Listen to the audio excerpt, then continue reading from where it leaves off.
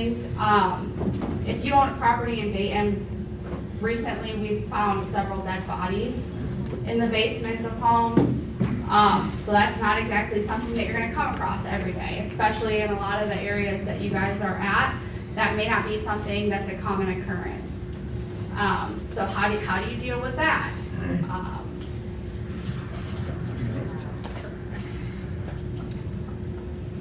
Pay attention to who's around you. Pay attention to entrances and exits of different properties.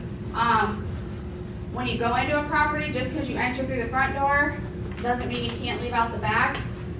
But take a look at it and see if it's boarded up. A lot of the homes in the area, especially on like the west side of Dayton, they have boards on the doors. So if for whatever reason you get into a home and there's somebody in there and you have an altercation with them, or they're trying to start something, and you're near to the back door, maybe that's not the best way to get out. So just pay attention to that kind of stuff. If you walk into a residence or a vacant business, like I said, if something doesn't feel right, leave or call the police. We will always come, if you, at least within the city of Dayton, if you call for a property and you want us to do a check of the property before you go inside, because it's been vacant for a while, it's overgrown, there's a board pulled off, we're more than happy to come do that for you guys. I would rather us go in and find somebody or find that deceased person before you have to experience that. That's not exactly something that people want to experience. But I also don't want you to put yourself in that situation either. We do have a very large mental health population in this area. So that's something that we're also trying to deal with as well. A lot of the people here are not on medication. They're receiving services, they're just not on their medication, and sometimes they act differently. So that's not something that we want you to have to deal with. If you're going out with somebody and you happen to encounter somebody in one of these properties, do not let them between you and the exit door. That can also be a big problem. If you're going out to properties, at least in the Dayton area, go during the day. Going at night, we don't have very good lighting throughout the city, I'm going to be honest. Downtown is well lit, so if you're going to a property downtown, that's fine if you're going to go in the evening. But most of our street lights, they are not upgraded. Street maintenance is trying to work on that, but it's a very slow and expensive process. So go and view the properties during the day. One of the things we offer, and I'm sure all the other police departments in the different jurisdictions that you guys are in offer, we do crime statistics for all of our 64 neighborhoods here within the city of Dayton.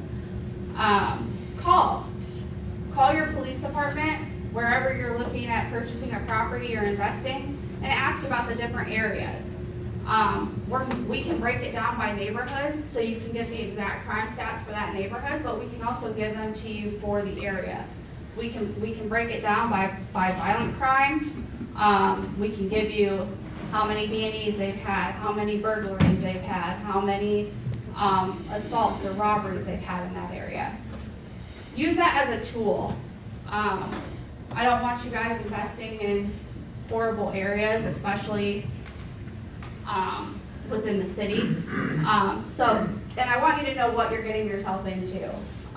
West Side, tons of beautiful homes, absolutely beautiful. But if you're looking to rent it out, you're going to have people asking questions about the area, so you want to know about it before that becomes an issue.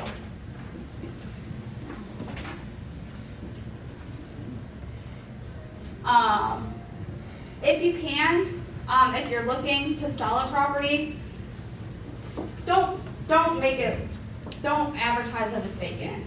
That's one of the big things that I was talking with somebody about.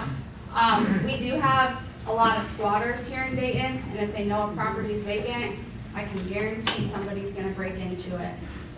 Have any of you guys dealt with squatters being in a property and you're not being able to get rid of them? Anybody? What would be the advice for that?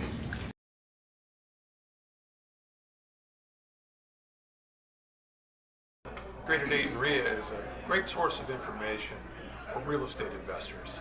You can learn what you need to do to succeed. You can learn the different opportunities that there are in the marketplace, and you can meet a lot of people that know about this from their own experience. It's a fantastic organization because you can network with more seasoned investors. You meet all kinds of different vendors each time. Insurance companies, title companies, there's always a different group of people here. And even though I've been involved in real estate since '99, every time I come to a meeting I learn something different. You could also find contractors here.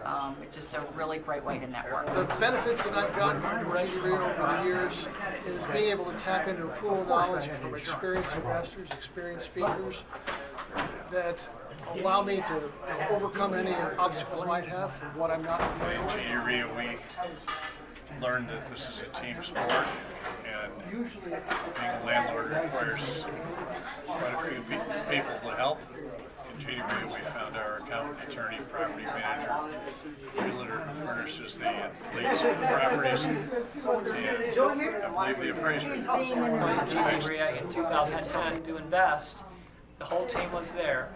I had a property manager, realtors who had deals, and now I have 4 houses that are all turnkey solutions. I've invested in private LLCs. I've even bought a note. So by joining an organization like GD RIA, you too can learn how to be a good investor.